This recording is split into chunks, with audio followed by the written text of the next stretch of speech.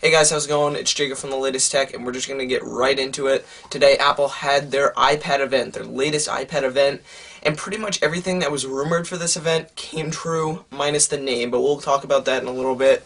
So, first off, they started like any other Apple event. They talked about the numbers and how well Apple has done as far as the iPad and just apps in general over the past year. So they started with that, and then they started to get into the hardware, a new Apple TV, not the big monitor, like was rumored. We got a new small Apple TV, same form, same design. The insides were changed a little bit. It now supports 1080p HD video, a new kind of operating system. It's going to stay the same price. Now on to the big part of the event, the iPad.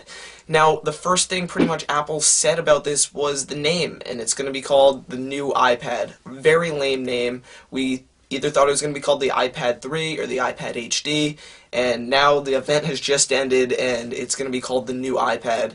And it's actually going to stay on the market alongside the iPad 2, so it's going to be very confusing for consumers when they want to buy a $400 iPad 2 or the new iPad staying at the same price of $500. Now, as far as the upgrades goes, it's a little bit thicker. It's about 1.4 millimeters thicker. Not a big deal.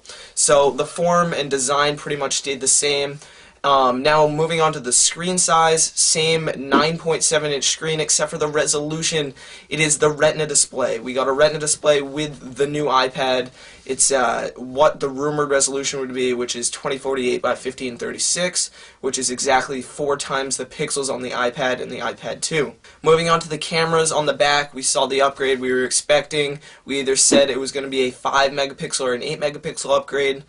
Ended up being a 5 megapixel upgrade, so it's kind of a mix between the iPhone 4S's camera and the iPhone 4's camera. It is a 5 megapixel camera, like the iPhone 4, but it does shoot in 1080p HD video like the iPhone 4S. Now, moving on to the front-facing camera, in the past, Apple has kind of dubbed the front-facing cameras the FaceTime cameras on the Macs, the iPhones, and on the iPad 2, and they kind of went back to the iSight camera for the new iPad. Now moving on to the inside, we did see a quad-core, but not the quad-core we were expecting. We saw an Apple A5X chip that was leaked.